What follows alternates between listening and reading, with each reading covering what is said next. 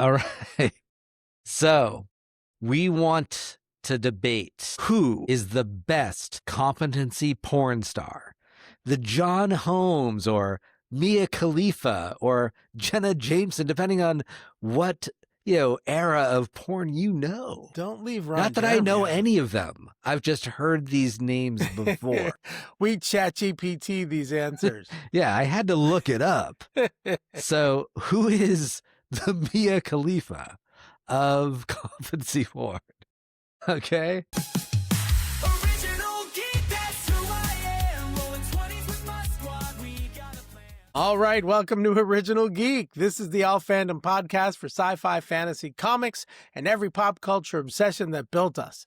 And whether you're Gen X, Millennial, or just geek curious, welcome to the basement. Hi, I'm Steve Scarfo. And I'm Jeff Shaw, and we'll be your amaze for today's pure scientific wonder, because we're doing a dive into Project Hail Mary and Chicka Bow Wow competency porn. Yeah, Yeah, special competency porn music. you got the smarts. Yeah, we're gonna Yeah, we dig it. baby. So let's jump into our newest topic. It's the basement brief. Getting into your briefs, Steve. Yeah. So let's start with this, Jeff, because I think we talked about it before we started for the 8th time. For those, this is a little behind the scenes fun. This has been an interesting record for us. But I had never heard the term competency porn. I'd heard like murder porn and horror porn. I'd heard those terms for movies. I'd never heard competency porn. Yeah, I also was a virgin when it came to competency porn.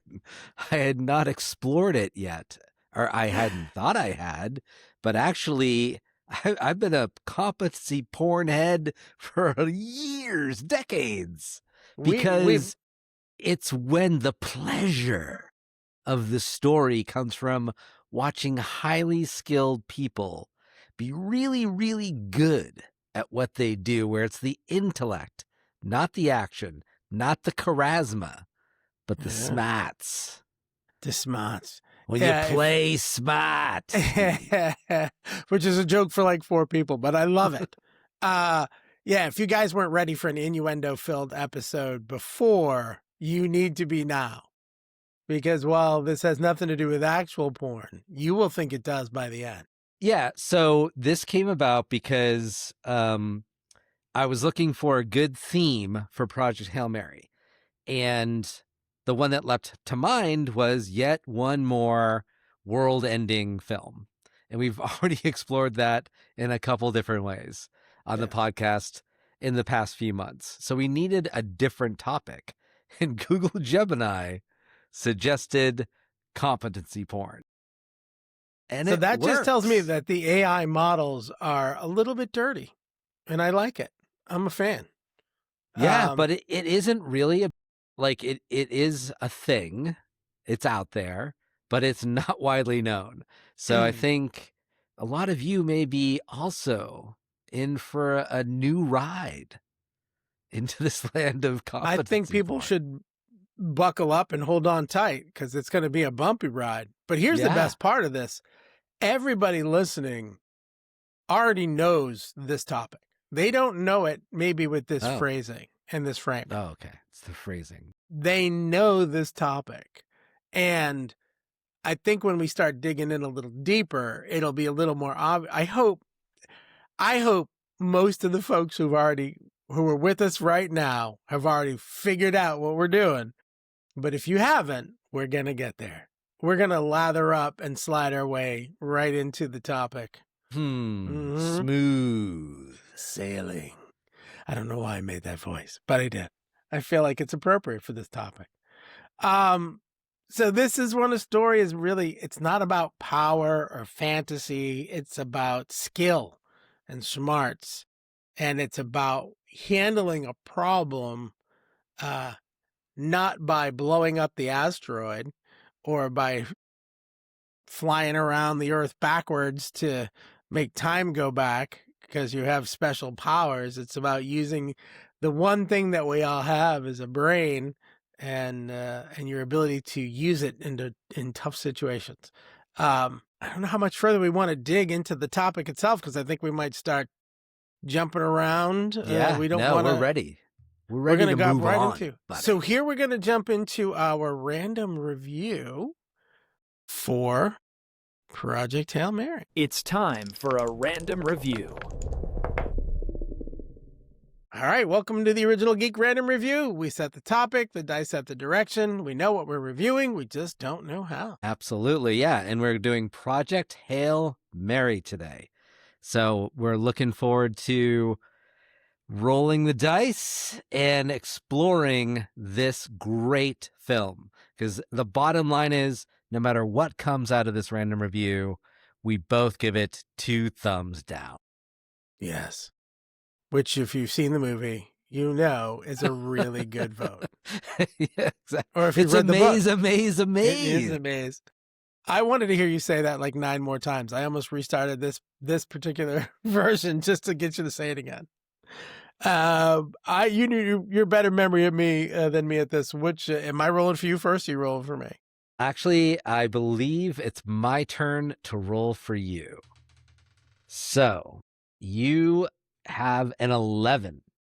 The successful perception check. The spin gravity sets. The use of a real rotating centrifuge rig. This makes it the film visually grounded, using practical rotating sets rather than pure CGI.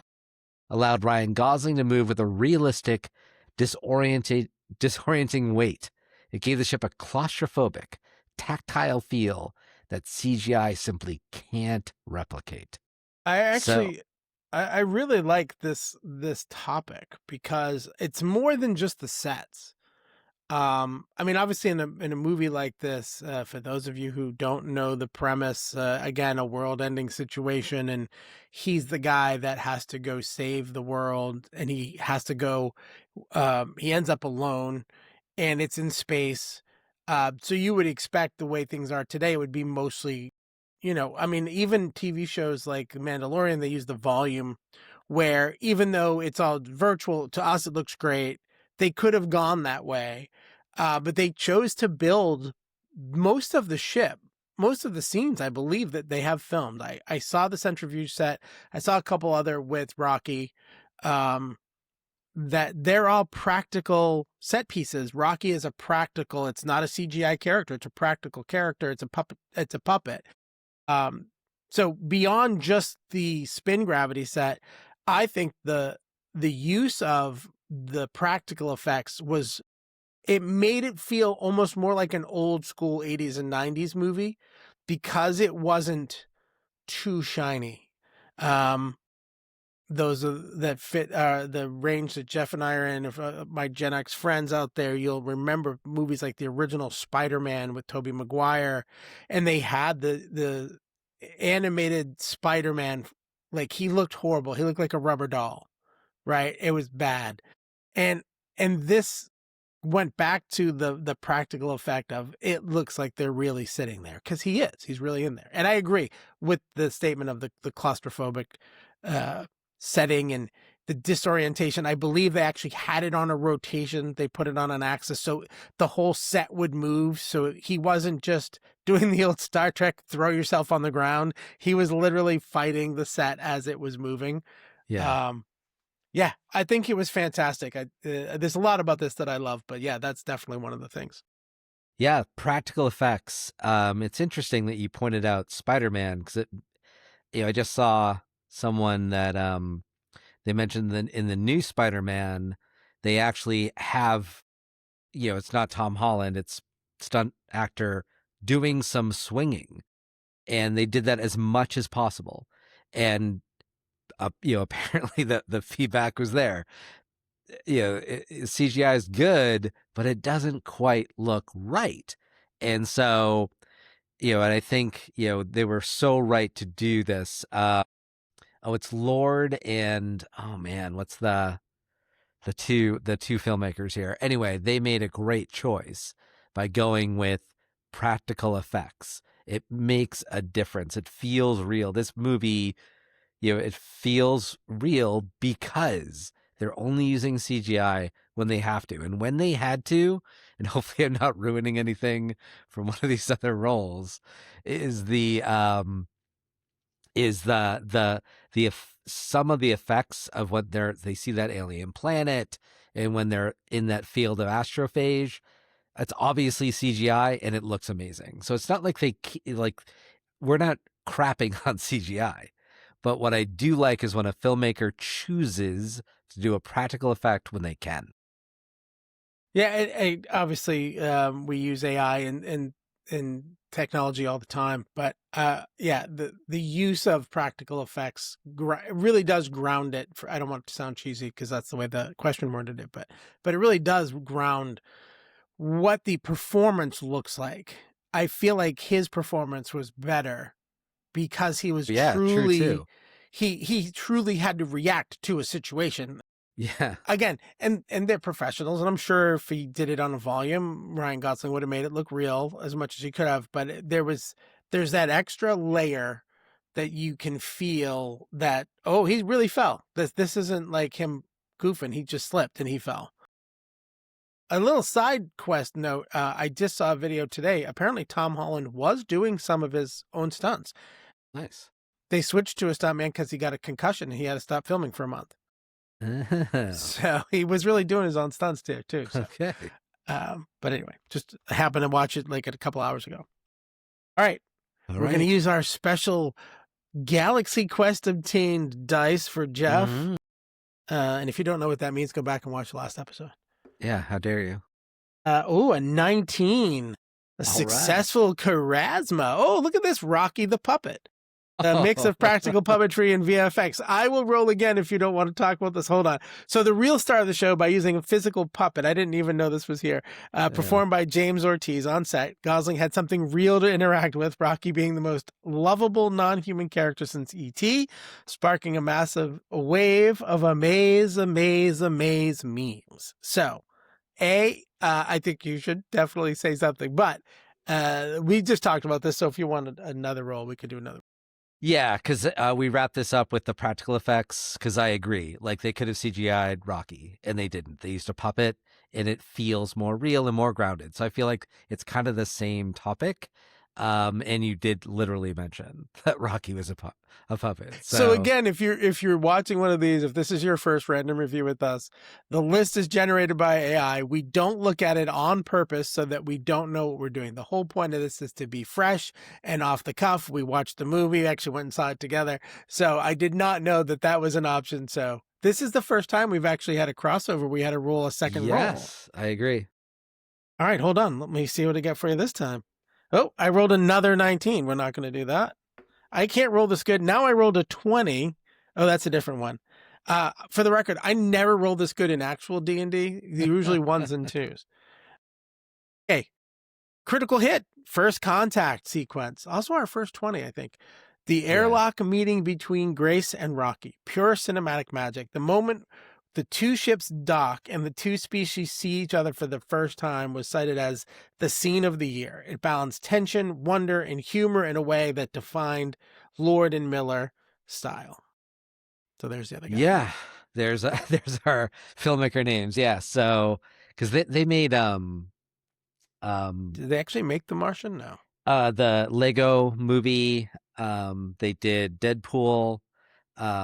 They're great. So they do a great job of mixing kind of humor and drama. They can really make it work, and it works here.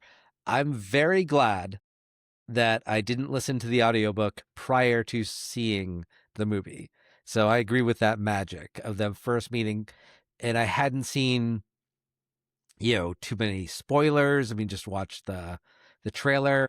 So I didn't know really what to expect. And as he comes up in the airlock and the wall of different materials is showing there, and one that has that clear panel, and he's able to look through it, interact with Rocky. I had no idea. Like, I had no idea I didn't know Rocky was going to hold up a Xenonite crafted like a 3D printed version of Grace that's Ryan Gosling's character, or he does like these 3D printings, and he does one of the ship, and like I didn't know he was going to do all that stuff. Yeah. It was so for me it was brand new. I imagine it was just as magical for those who had read the book or listened to the audiobook, but yeah, I agree. It was very well. I'll say I oddly didn't make the connection in the parallel before hearing one of the earlier ones we talked about with the connection to like an ET. It does remind me a little bit of the scene where Elliot meets ET. In not in the mechanics of it, because it's obviously far different. There is no Reese's Pieces in space. Does Rocky turn on his heart light? He does turn on his heart light. But in the tone of it, they approach it in the same way, tonally in the movie, where, Elliot is very innocently trying to lure out whatever this is, because he doesn't know what he's luring out. He just knows something threw the ball back at him when he threw it in. And it had this sense of wonder. It was exploration. It was discovery for him. And I think this was the same kind of scene where, he knew what he was getting into. Grace knew that it was an alien ship. There's no unknown in terms of what he's facing, but the tone of that scene reminded me of that initial meeting, that first contact. And when movies do it right, and I think this one did, I agree. I think it was a lot of fun to watch. And I'm going to go, I think I'm going to even say it was a lot of fun to kind of experience it. Yeah. And one thing, and they might have explained this in the movie and I just forgot, but the reason that initially it wasn't all clear is Rocky can't see with light, he sees with sound. And so he didn't need a clear panel, but he didn't know what a human was, and he didn't know what a human might need. And so he made all these different panels, some clear, one clear, and the rest were different levels of opacity and type and texture. He had Funny, no idea. I didn't pick up on that. Right, and I don't think they explain it in the movie. They explain it very well in the book. And the reason when he goes back and it's all clear is because Rocky sensed that the human interacted through that single clear panel and didn't know why, doesn't even know what looking at light is, doesn't know what the speed of light is, doesn't know any of that. And doesn't really know what light is, actually has to be explained to him. So it's wild. And I love that we often bemoan that when we watch like Star Trek or these other things, that everything's humanoid. All these aliens they're just different versions of a human. Yeah. And so what I love about this, Andy Weir, who wrote it, and then Lord and Miller for making it come to life, is having an alien species that's truly alien. It's just amazing. But, and I assume it's the same way in the book. I have not read or listened to the book yet, so I will assume that the mechanics of it are the same. But they, in the movie, did a great job of, they show you how the translation from human to Rocky, right? Because again, if you haven't seen it, if you haven't read the book, Rocky talks and speaks in tonal. He's a tonal language. Mm-hmm. It's a musical language. Yeah. And there's no phonemes. There's no sounds that are words, but through a little trial and error, Grace builds a program to translate back and forth for them so that when he speaks, Rocky hears the tones, and then vice versa. And they show that for a few interactions, and then they sort of let it drop. And the understanding, of course, is he always has the pack with him with the computer that's running this program, and they have the microphones and speakers, so they're always speaking through it. But in the book, he gradually doesn't need it. Well, and I think they show that at the the end of the movie, they're talking to each other and there's no equipment. Yeah. Yeah. So spoiler, sorry. But yeah, I think the way they, if you've watched one of our random reviews, you know we're horrible with spoilers. I might just put a there are spoilers. Just suck it up. You'll get over it. But it's a great it's just a great use of that connection, and they do a great job of showing it, and you explain it.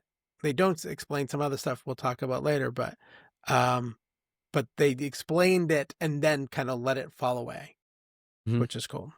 Yeah. All right. So listen, these are standalone segments, so you might hear this as part of the larger episode, but if you're just watching the random review, thanks for being with us for the review. Please check out the whole episode. If you're with us for the whole episode, like it, like, subscribe, share it with your friends, tell them how silly and stupid we can be and have fun. But right now, we're going to go back in time. Let's take a trip through time. It's a Geek Flashback. Yeah. All right. Competency porn back in the day. Yeah. I mean, I liked when Sorry, I don't want to keep it's going. okay. You can keep doing it. The phrase that I got while we were doing the research for this is the original kings of competency porn, which is like the original kings of comedy, and I love it. Yeah. So do you want to go? yeah, I was first? gonna say so the real original king, and I wanted to make sure we looked it up because we both thought it probably was the first character that really epitomized this style, that smarts is the importance, right? That it's not about, this isn't Rocky where you punch your way out of a situation, which is a great movie, very inspiring, right? But that's one type of hero.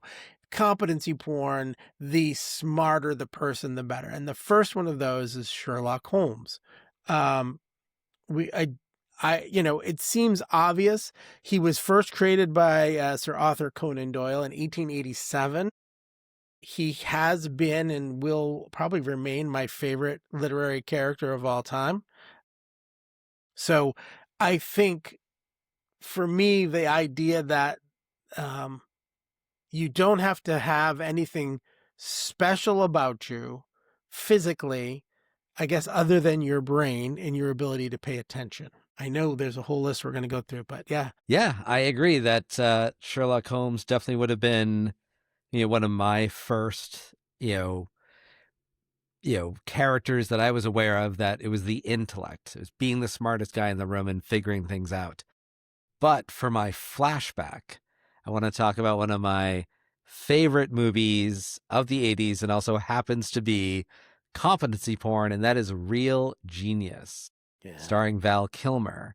And that, for those of you who are not familiar with it, Val Kilmer plays this genius student at, I think it's Caltech, and he doesn't know it, but he's working on a laser experiment that's going to be used in military satellites as an assassination weapon.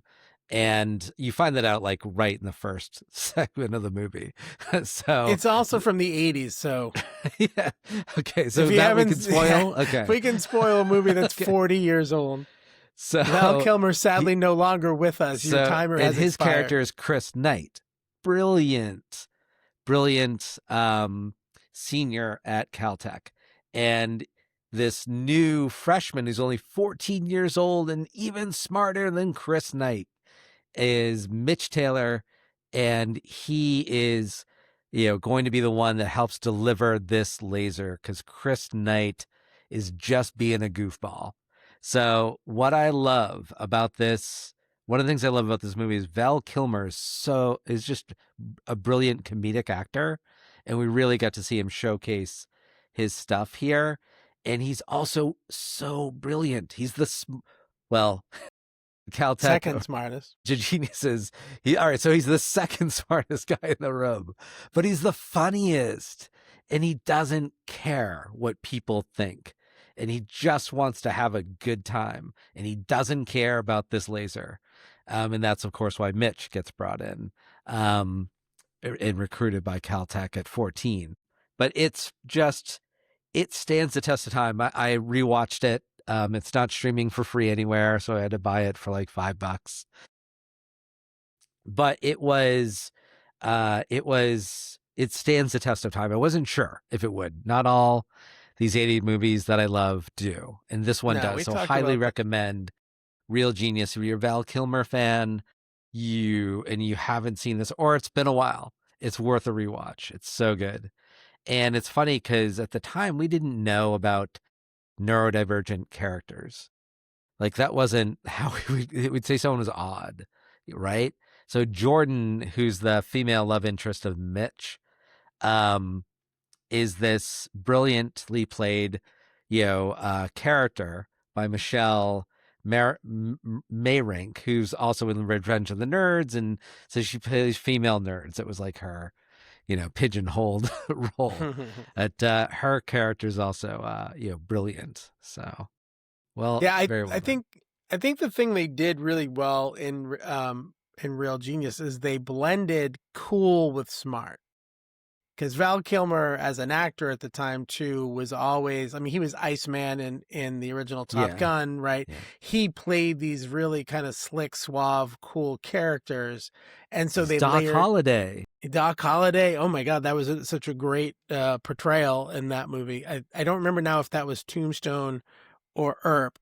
Was it Tombstone? Because we talked about this too. They always said two of them. There were two that came out at the same Yeah. time. But yeah, they made it fun and funny and cool to be smart. You mentioned Revenge of the Nerds. That was going to be another one that I talked about. I love that movie too because they are put upon. They're made fun of at college by the jocks, and at the end they emerge victorious. They do get their revenge because they're smarter than everybody else. Now it's played very goofily in that movie, but yeah. Yeah, and that's out of the two, because Revenge of the Nerds came out a year before. I think that one doesn't stand the test of time for a number of reasons. Yeah. And I think the reason this one does is because Revenge of the Nerds win in the end, but there are various stereotypes. Oh yeah, no, it's Um, definitely not.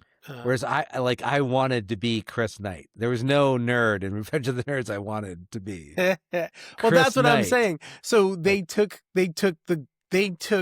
was the unicorn in Caltech, because the rest of the people in the movie, Laszlo and Jordan and even Mitch, they are the stereotypical nerds. And even the guy who's he's the Kent. Oh my God, he's like the guy you want to punch. Like those are all fairly stereotypical characters. The only one who really breaks the stereotype is Chris Knight. Yeah. And so even the guy who plays the professor, he was known for playing, he was the William Atherton. Oh God, he was in Ghostbusters too as the and he was prosecutor. the reporter that got punched in Die Hard. Yes, like he was at the time also known for playing like just dickhead kind of characters. So great pull with Real Genius. I mean, there's so many of them. I do have one quick story. I think I told you I had it, and I know you probably know this, but so this is for our friend Bill Ponders, if he's actually a listener. I hope he is. I have one bad memory of Sherlock Holmes, and that's because there was a time in high school that all I wanted to read was the Holmes novels, the stories. And I literally picked up a copy of Hound of the Baskervilles, which I still haven't completely read. I was sitting in class between classes, and Bill wanted to talk to me, and I'd started to read. And in the first few pages, Holmes is visited by a guy who has a wolf's head cane, and they describe it in detail. And I'm only like 5 pages into this book, and Bill's just pissed off because I don't want to talk. And he goes, "What are you reading? Hound of the Baskervilles? Oh, the guy with the weird cane did it." And he literally screwed the whole book for me. And to talk about something, I don't even remember what the hell I was talking about. I love Sherlock Holmes, and Bill Ponders can kiss my butt for ruining it for me. I love you, Bill, but that was just mean. There's so many good versions of this. style. I guess I'll save. We'll go to court first, and then we'll come back for the evolution. The fandom is divided. It's time for Geek Court. All right. Right. So I want to let you explain this one because for those of you who've seen this show or listened to our show, this is probably one of the hardest segments. You would think it would be the easiest, but we like a lot of stuff. So we try to find interesting takes on how to talk about this in a competitive sort of adversarial way. Yes. And Jeff Because came up we with agree an awesome, on so much, so it's a We little do. hard. So And sometimes we have to manufacture it. But Yeah, in this case, and we don't want it to be actually manufactured, so we find a different way to do it. So Jeff found a new way, or kind of new way for us to do this. So all right. I say lay it on thick too. Don't hold back. All right. So we want to debate who is the best competency porn star, the John Holmes or Mia Khalifa or Jenna Jameson, depending on what era of porn you know. Don't leave Ron Not that I know Jeremy out. any of them. I've just heard these names before. We chat GPT these answers. Yeah, I had to look it up. So who is the Mia Khalifa of competency porn? Okay. And, if the shit really hits the fan, who do you want fixing it while you rub one out in fascination of the big pulsing brain at work? That's Oh my God. what we're the debating. video on this alone, my Who head is going to do you glow. want?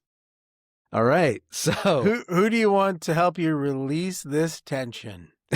yeah. As Who's a- like, yes. Who is it? Who do you want by, solving the problem? Steve, All I right. don't know if you want to take this first. I'll go first, and I'm going to give you two answers because I already gave you one of them, and I think it'll be pretty Okay. obvious. I think Sherlock Holmes is at the top of this list, but Jesse, because I want to make it a little more interesting, and I'm going to change eras on us, I'm going to go with Monk. He was quirky, he was odd, but that man never missed anything. If there was a detail to be had, to be found, if there was something that was necessary, and I guess he's very much like a modern day Sherlock Holmes, but I'm going to say Monk tops that scale. There's no one I would rather have defending me in a situation where the tension was too taut and difficult that I had to release myself from it. All right.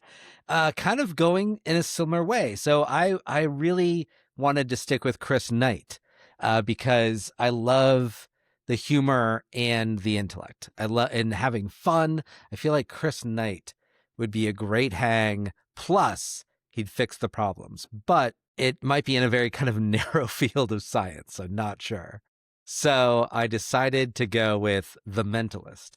Oh, Simon Baker is the actor. Patrick Jane is the character. yes. And really, I could have gone with Psych, and I almost did. But I feel like Patrick Jane, just because, and I may be wrong, but is like if I really do have an issue and a problem, I need someone who can be serious. And Psych better than I do. But Yeah.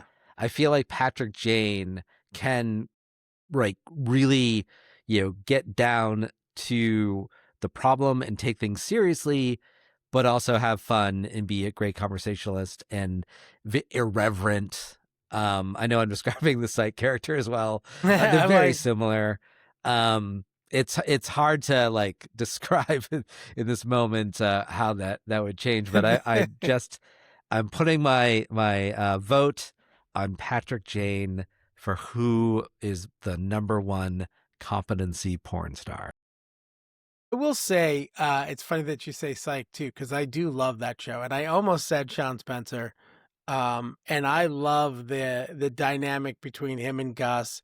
It's very much a Holmes and Watson situation. Yeah. They have that they're always together. They're always, it's funny too, because in the, Sherlock Holmes was just the detective and Watson was a doctor who would help him. And Gus was a pharmaceutical rep. So he had a medical job. So I do feel that there's a lot of parallels there. And I just love the show because those actors work so well together. There's definitely a chemistry thing that went Yeah, on with them. and I've seen the whole show at least 3 different times because I will go back and just watch entire seasons of Psych. another name that came to mind in kind of a similar vein is Robert Downey Jr.'s version of Tony Stark. But like technically Iron Man is really action oriented, not just using his intellect. Iron Man's a I- lot like Chris Knight. It's the cool factor with the intelligence factor. Yeah. So I do. Yeah. So there's a lot of great competency porn stars out there. It's hard to choose one.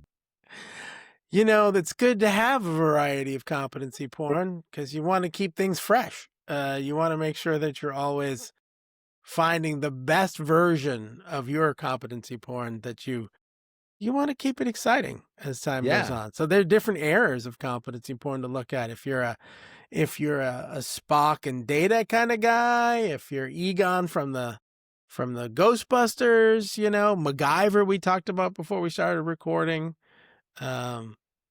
Lots of ways to go. So you guys tell us. This is our challenge. Who's your favorite competency porn star? And be graphic. If we're going to play this angle, let's have fun with it. That's all I'm saying. All right. So we're going to evolve. We're not going to evolve. We're going to be the same 12-year-olds we've been for the last 40 years, but we're going to hit it. From floppy disks to streaming clicks, it's Geek Evolution. So the Well, I mean, bumper you floppy talked about disks. the original already. You covered it. The very beginning, Sherlock Holmes. I think it's interesting because we just mentioned a couple other shows too that very much parallel.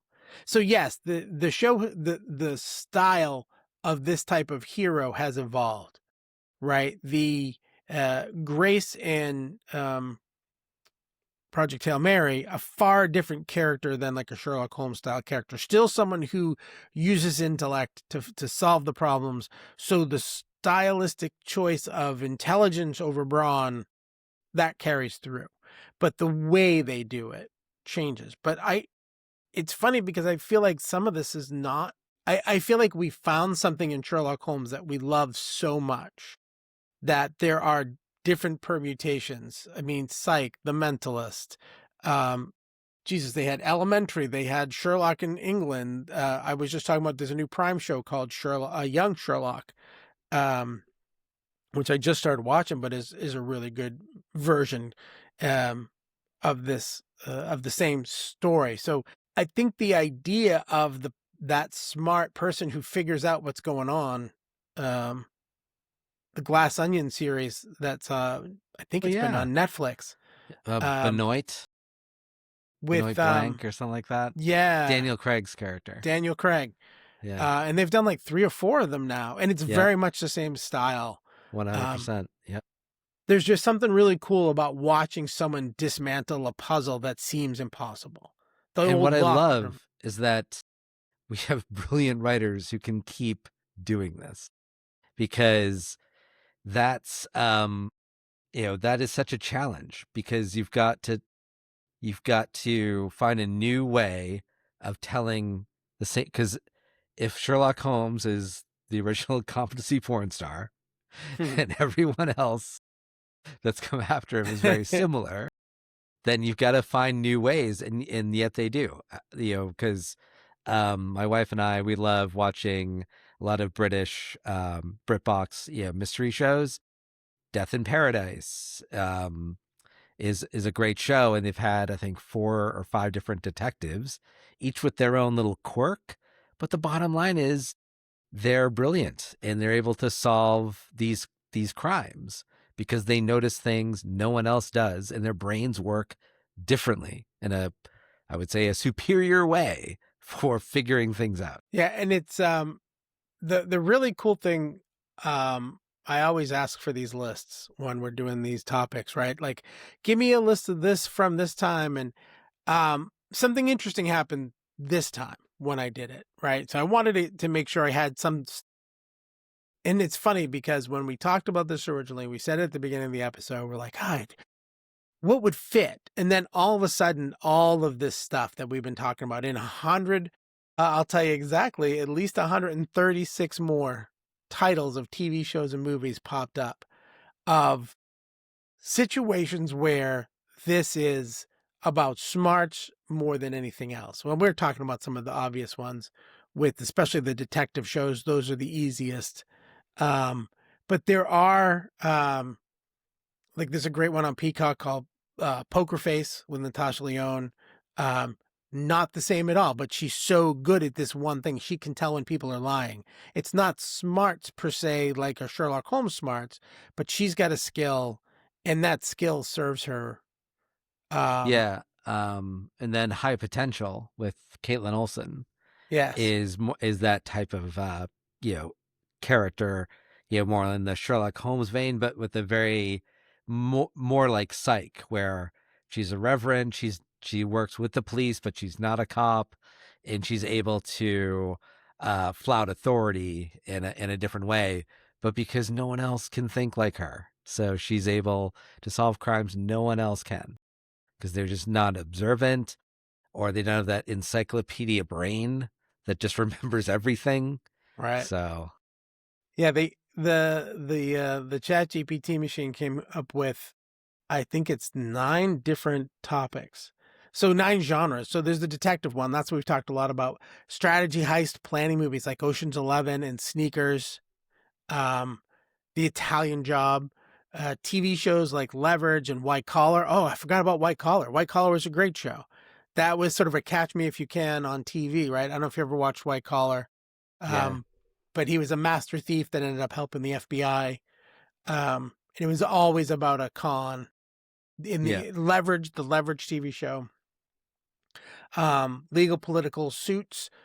Suits is another great example of a kid whose memory was the only, he was so smart because he couldn't forget anything. Not couldn't forget it, but then there's medical procedural dramas, workplace craft. I don't want to just list stuff out, but there was so many different genres that this, it just was surprising to me how many of the things that I grew up watching really do fall into this. Because if you think about it, especially the way things have been in the last probably 20 years, the dominant storytelling is the other kind of geeky stuff we love. It's superheroes and it's big spectacle type movies. But really, there's been so many of these things that are about intelligence first. Even Tony Stark, who I guess crosses over. It's just really cool to see this list take shape and go, oh wow, I guess I never thought about that. I know, it's refreshing actually. There's so much competency porn out there. Get into it, baby. I mean, yeah, there's just so much. I was going to go in a different direction. I'm not going to go. So listen, we're going to drop into this because we usually do anyway. Hold on. Let's get this bumper out there. You kids don't know how good you've got it.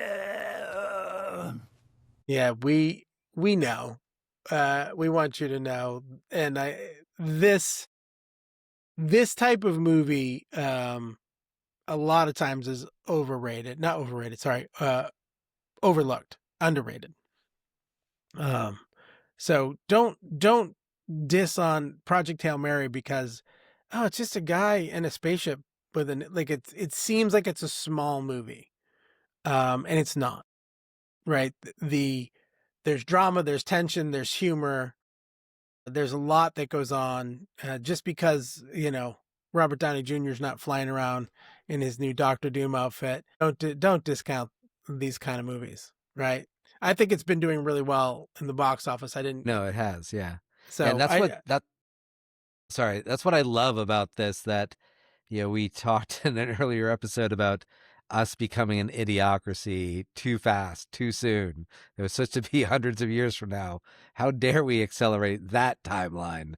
Right. And then to see this movie do so well, it fills me with hope, because should. It's the person who is striving to solve our problems through intellect, through making the amazing choices, being the smartest person in the room, and wanting that person to be our leader, wanting those people and supporting those people. And we're supporting them right now with our dollar by going to see this movie, and people have, and I love that. So thank you, new generation, for continuing to support competency porn, because we need it. Yes, I'm sure Ryan Gosling didn't hurt anything as the lead. True. So I will say in this one instance, not in this one instance, but because we so often shit on Hollywood, I will say that I think the Machine did the right thing, because yes, he's a pretty boy, but he's also a very good actor, and this was very much a Tom Hanks Wilson moment, right? This is a kind of a Castaway style movie. There are scenes with other people, but the majority of this movie is one man alone in a box with essentially an inanimate object. It's not really, because he's an alien, but I think they did it well. They didn't try to zhuzh it up and make it goofy. They could have tried to make it a slapstick comedy. You know what I mean? They could have done all sorts of bad things to this, and we've bitched about that before too. And in this case, and I don't know how close it matches the book, so you'll have to fill me in on that, but I think what they produced was great. So I'm happy. So my message is thank you, Hollywood, for getting one good. Yes. You do a lot of good, let's be honest, but this one was really, really good. It's critical hits and epic fails. It is. All right. So actually, my hit and fail is related to Project Hail Mary and to the book film comparison. So first, a hit. That, yes, it was pretty true to the book. And, oh, you know what? Oh my God, I did have a different message. This is okay. So sorry. I'm going to continue my message along with making it a hit. Thank you, all of those who loved the book first, saw the movie, still gave it 2 thumbs down. Because there were changes, and some substantial changes. And most of them, I think, were hits, and to make it work, because the book, at least the audiobook, is 16 hours long, and we're not going to sit through a 16-hour movie. I'm sorry. So, got to tighten Unless things it's up. Lord of the Rings. Right. Okay. Yeah. To break it up. But one thing I particularly liked in this film that is not in the book is there's a section of the ship where it's an immersive movie experience.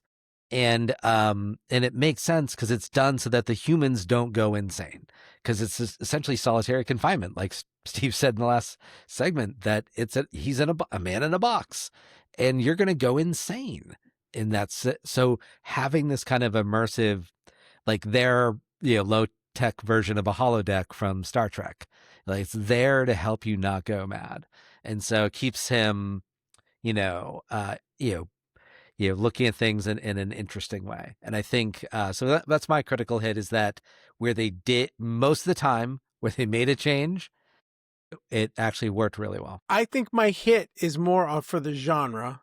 And I talked a little bit about it in the last segment, but my hit really is how much of this is successful. Because there are times when, especially as a teenage boy who liked Sherlock Holmes, and we talked about the geekiness of being in the high school in the 80s, to see it to see smart characters and good people who are good at what they do, even when we build these characters with multiple levels. Like it could be like a Sherlock Holmes who's very businesslike. It can be not Mitch, but I lost his name. Val Kilmer in Real Genius, right? Who's more fun. It can be Tony Stark.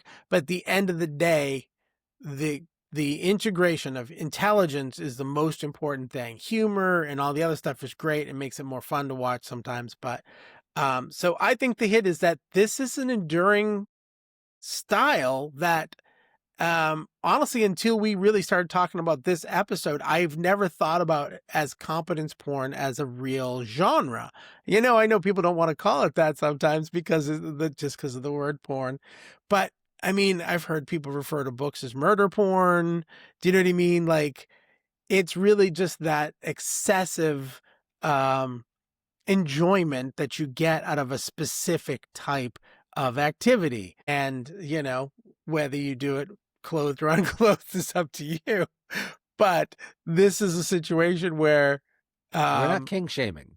we are not, and we're not competent shaming. And I think my hit is that I'm very excited to look at this in a new way and say, hey, this is its own genre. And it's Yeah, odd and that at then- 56 I never thought about it that way. Yeah, and if you're like, someone's like, are you watching porn? Yeah, competency porn. Yes. That's Don't the let only. 'em- That's the only only thing kind that I floats my boat. watch. I might have to do a disclaimer from my family because someone's going to clip the wrong part of this and put it online. I don't think I have a fail specific to a movie or a TV show. So I don't think I have anything that, in terms of the movie itself, there was nothing about the movie I thought, well, there was one thing, but I think you're going to talk about it, so I don't want to steal your thunder. Yeah. So the one fail I have is a difference that they made, because I feel like it would have made more sense. And this is like, it's a huge spoiler, so I'm actually not going to fully share why I feel like they needed to keep this part. But what's not a spoiler really is that there are 3 people that go up in the ship, because you find this out in the first minutes of the film, Mm-hmm. and the pilot and the engineer perish in because they're put in a 3-year long coma, and humans aren't designed to do that, to survive a coma like that. So the reason that Ryland Gray survives is he has this gene that humans that have survived long comas have. And so did the other 2 that just didn't make it. It's not a guarantee. But it would have taken not much time, because I know it's a long movie, it's 2.5 hours. It would have taken another few minutes just to explain the reason you're on this ship, Ryland Grace.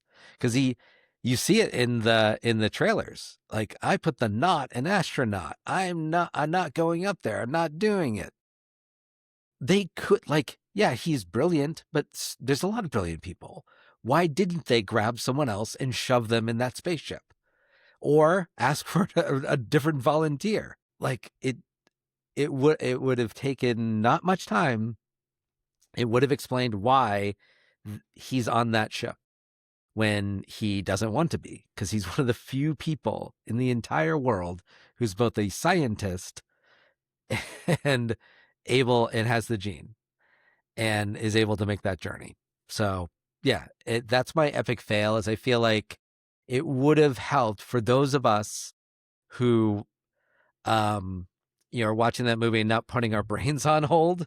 Some people do that. They're like, I'm not going to think, I'm just going to enjoy. But I tend to think, and I'm thinking, like, why did they force him on? There had to be another scientist who could have been trained to do this. And I know there was a backup, but there's a reason they didn't make it. But still, out of 3 people, like, that's all they had was 3 people. Why just 3? So Yeah, it's funny. So I'll add into your fail in a more generic sense, because we've had this conversation many times about movies where Hollywood is very much about cutting stuff if it cuts time. And it's funny, I just saw, so for instance, this is a weird one. again, I was watching some videos. This is all kind of social media stuff, but it was in the original Iron Man when Iron Man leaves LA and a few minutes later is in Afghanistan to fight the bad guys. That's a 22-hour flight. But in our movie viewing, it's 4 seconds. And I guess that willing suspension of disbelief is what you were talking about before. There's only so much you can you can suspend. And I will say in this case, I never thought about it, but this video pointed out how long this flight was. No way he makes it there that quick. Well, there's a whole scene they cut where he lands in Dubai and there's a whole pretense of a party because he's still trying to pretend to be just the playboy. And then there's a party with fireworks and he flies out during the fireworks so that no one knows he's flying out. So that's a pretty important piece of information to cut out of how did he make a 22-hour flight in 4 seconds. And the same thing in this case, right? I hate when they cut so much that they leave story gaps. And it's not the first or last time I'm sure we'll see it, but there are plenty of times when people are like, we've said it. We said it about this. All they had to do is one line, say this. And when he does the scene, I'm a knot. No, you are. You're not a knot because of this. And this is the reason why you're not. 4 seconds, 1 or 2 lines of dialogue. And then the whole thing becomes so much more clear because there is a moment in the movie where you're like, well, why is it him? And in the similar vein, why he has amnesia. It actually is explained in the book too. God, so that is never explained in the movie. I don't think We they ever assume mentioned. it's a result of the coma. Yeah, but apparently not. So, all right, you're going to have to read the book. I'll make Jeff tell me after we're done. But so listen, go out there and get yourself a good dose of competency porn. And while you're doing it, And just say, amaze, amaze, amaze. But subscribe, follow us, watch our shorts and our longs. and Steve's got a new shirt on today, so get some merch. Yeah, so this is from, I just stood up for the 5 of you that are watching. It says, if the lights flicker, roll for initiative. It's a big D20. It is very much inspired by Stranger Things. There's actually a waffle and a phone and a demo Gorgon on here and some kids on bikes. So go to the website, get some cool t-shirts and other stuff. Jeff's wearing his Bunker Geek, our homage to the post-apocalyptic world. But yeah.